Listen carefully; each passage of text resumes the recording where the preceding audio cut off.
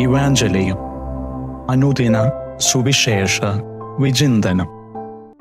ക്രിസ്തുവിൽ വാത്സല്യമുള്ളവരെ, ആഗസ്റ്റ് മാസം 20-ാം തീയതി വിശുദ്ധ മത്തായി എഴുതിയ സുവിശേഷം 20-ാം അധ്യായം 1 മുതൽ 6 വരെയുള്ള വാക്യങ്ങളാണ് നമ്മൾ ധ്യാനിക്കുന്നത്. ഇന്നത്തെ സുവിശേഷം നമുക്ക് പരിചയപ്പെടുത്തുന്ന മുന്തിരിത്തോട്ടത്തിലെ തൊഴിലാളികളുടെ ഉപമ. ആദ്യം കേൾക്കുമ്പോൾ പലർക്കും അമ്പരപ്പ് ഉളവാക്കുന്നതും ചിലർക്ക് അന്യായമാണെന്നും തോന്നുന്നതുമാണ്. ഒരുപക്ഷെ ആദ്യമായിട്ട് വചനം ശ്രവിക്കുന്നവർക്ക് ഇത് തൊഴിൽ മേഖലയിലെ അന്യായ പ്രവൃത്തി തന്നെയല്ലോ എന്നൊരു നിഗമനത്തിലേക്കാണ് എത്തുക. കാരണം തൊഴിലാളികളെ ദിവസത്തിലെ വിവിധ സമയങ്ങളിൽ വിളിച്ചു കൊണ്ടുവരുന്ന ഉടമസ്ഥൻ വൈകുന്നേരമാകുമ്പോൾ എല്ലാവർക്കും ഒരേ വേതനം തന്നെ നൽകുന്നു എന്ന് കേൾക്കുമ്പോൾ തന്നെ നമ്മിൽ പലർക്കും തോന്നും ഇത് നീതിയല്ലല്ലോ എന്ന്.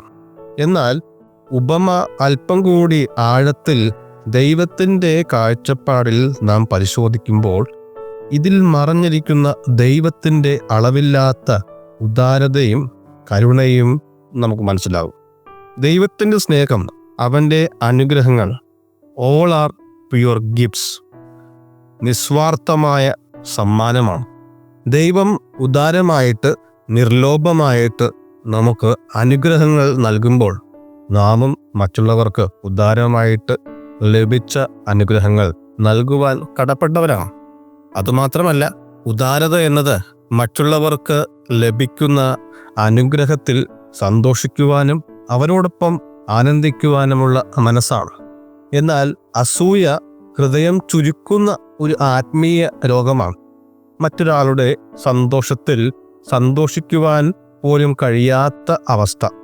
ഈ ഉപമയിലൂടെ യേശുക്രിസ്തു നമ്മെ പഠിപ്പിക്കുന്ന 3 കാര്യങ്ങളുണ്ട്.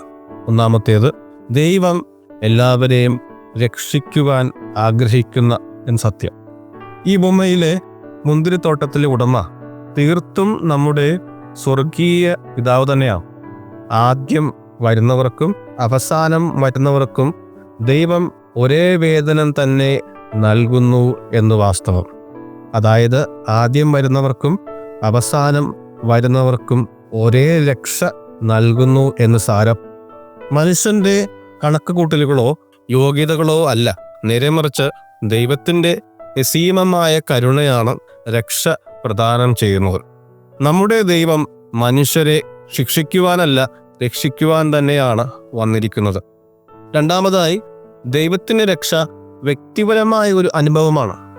ദൈവം നമുക്ക് നൽകുന്ന രക്ഷ നമുക്ക് വ്യക്തിപരമായി അനുഭവമായി തീരുകയും മറ്റുള്ളവർക്ക് ജീവിത സാക്ഷ്യമാവുകയും വേണം. ക്രിസ്തുവിനെ ആഴത്തിൽ സ്നേഹിക്കുന്ന ഒരാൾ തൻ്റെ ജീവിതത്തിലൂടെ മറ്റുള്ളവരെ ദൈവത്തിങ്കിലേക്ക് നയിക്കും. ദൈവം എല്ലാവരെയും രക്ഷിക്കുവാൻ ഉത്സാഹം കാണിച്ചതുപോലെ സ്വർഗരാജ്യ വയലിലേക്ക് എല്ലാവരെയും ക്ഷണിക്കേണ്ടത് നമ്മുടെ കടമയാണ്. അതിനായി ഒരുവന് വ്യക്തിപരമായ ദൈവാനുഭവം അനിവാര്യമാണ്. എങ്കിൽ മാത്രമേ നമ്മുടെ ജീവിതം ഒരു സാക്ഷ്യമാവുകയുള്ളൂ. മൂന്നാമതായി, നമ്മുടെ ദൈവം ഉദാരമതിയായ ദൈവമാണ്. ദൈവിക നീതി മനുഷ്യന്റെ നീതിയുടെ മാനദണ്ഡങ്ങളെക്കാൾ ഉയർന്നതാണ്. അവൻ അനുഗ്രഹം നൽകുന്നത് നമ്മുടെ യോഗ്യത കൊണ്ടല്ല, അത് തികച്ചും സ്വതന്ത്രമായ ദാനം തന്നെയാണ്. പലപ്പോഴും മനുഷ്യരുടെ കാഴ്ചയിൽ നീതി എന്നത് ആര് എത്ര ജോലി ചെയ്തു അതനുസരിച്ച് വേതനം എന്നതാണ്. പക്ഷേ ദൈവത്തിൻ്റെ നീതി ഉദാരതയാണ്. അവൻ അനുഗ്രഹം നൽകുന്നത് ഒരുവന്റെ യോഗ്യത കൊണ്ടല്ല, മറിച്ച് സൗജന്യമായിട്ടാണ്. അതിനാൽ മറ്റുള്ളവർക്ക് കിട്ടുന്ന അനുഗ്രഹങ്ങൾ കണ്ട് വിഷമിക്കേണ്ട, മറിച്ച് നമുക്ക് ലഭിച്ചിരിക്കുന്ന ദൈവീക ദാനങ്ങളിൽ സന്തോഷിക്കുക. നമ്മൾ പലപ്പോഴും പറയാറുണ്ട്, ഞാൻ എത്ര വർഷമായി സഭയിൽ, പ്രാർത്ഥനയിൽ, കുടുംബത്തിൽ സേവനം ചെയ്യുന്നു, പിന്നെ എങ്ങനെയാണ് ഒരേ വേതനം?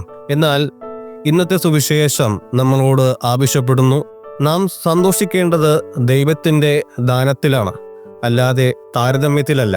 അതുകൊണ്ട് നാം കണ്ടുമുട്ടുന്ന ഓരോരുത്തരെയും ദൈവത്തിൻ്റെ കണ്ണുകളിലൂടെ കാണാൻ പഠിക്കണം.